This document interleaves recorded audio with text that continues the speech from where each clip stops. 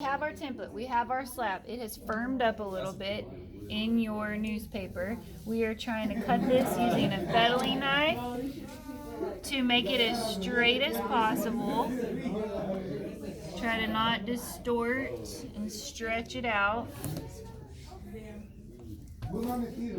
If you want to use a straight edge with it too, you can. Please don't use a ruler because it will strip the numbers off of the ruler.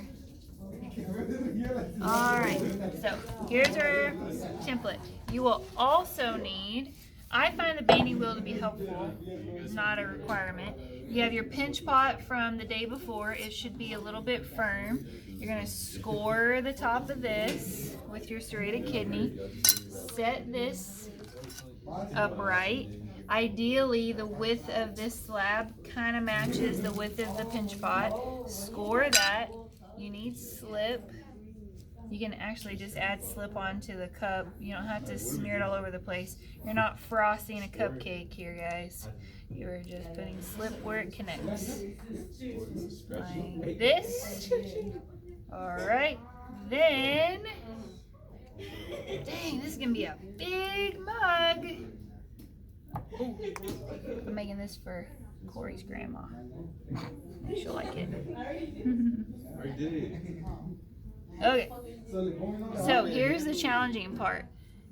I have this really massive, and maybe I should just cut it down because it's kind of hard to deal with that. So if I want to make this a little bit smaller, then I'll just take my paper form and I'll just minimize it a little bit like this. Then I can cut that down a little bit. If you want to keep it that big, that is fine. If your clay is getting too hard, it will crack when you do this. You have to be kind of careful with that. But this is still kind of sticky and plastic. But I want it to line up as best as possible. I made it larger than I need, which is good. Then I can cut, can you see it up here? Can you see it up from this way?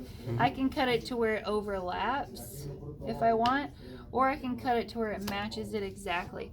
I'm going more for the overlapping because I wanted to do some decoration with this. So then here, I'm going to score it where it overlaps.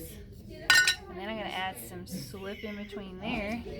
And now I'm working on connecting these two together, just like you did with the pinch pots. You can hold the inside, you can scratch this up going around. It should still be soft enough for you to do that. You can push it from the inside if you need to as well. And then I want to do something kind of blending with this, so I'm keeping that together. But I could have cut it to where it matched it exactly. So that's kind of your own choice there. And then you're just working on smoothing it out. Notice I don't have a ton of slip on there. I'm not trying to get all frosty with it. But if you could still see that line, you can take some soft clay and you can try to patch it in there and then smooth that together. So that's your process. Nice, huh? All right, you can stop it.